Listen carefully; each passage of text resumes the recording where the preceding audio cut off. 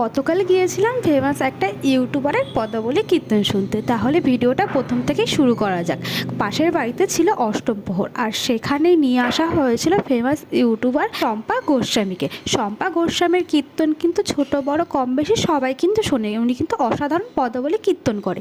গিয়ে দেখি ওনার কীর্তন শুরু হয়ে গেছে এবং বিভৎস পরিমাণে ভিড়। বসার জায়গা তো পাইনি, তাই দাঁড়িয়ে দাঁড়িয়ে কিছুক্ষণ ওনার কীর্তন শুনছিলাম। কিছু সময় কীর্তন শোনার পর চলে গেছিলাম খাওয়ার ওখানে প্রসাদ গ্রহণ করার জন্য। একে একে সবাই আমরা কিন্তু কম বেশি বসে পড়েছিলাম প্রসাদ খাওয়ার জন্য।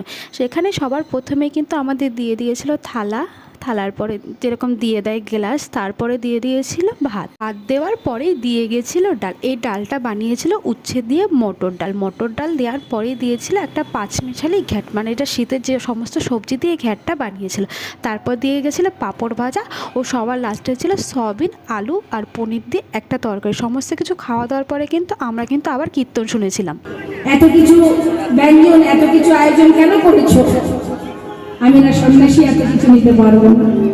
অদ্বৈত প্রভু বললেন, দেখো আমার কিন্তু আরো একটা নাম আছে, নাড়া গোসাই। বেশি নাড়াচাড়া দিও না, তাহলে কিন্তু হাটে হাড়ি ভেঙে দেবে।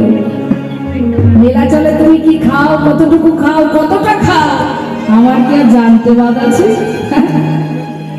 দাঁড়ে দাঁড়ে কিঞ্চিত কিঞ্চিত করে ভিক্ষা করে আয়োজন করেছি, সেটা তোমাকে করতে হবে।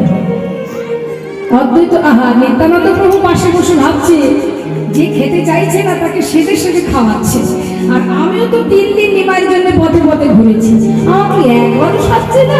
তার আবার একটু মান হয়েছে, সে আবার একটু পারো সাথে নিয়ে বলছে, অদ্বৈত কি খাওয়া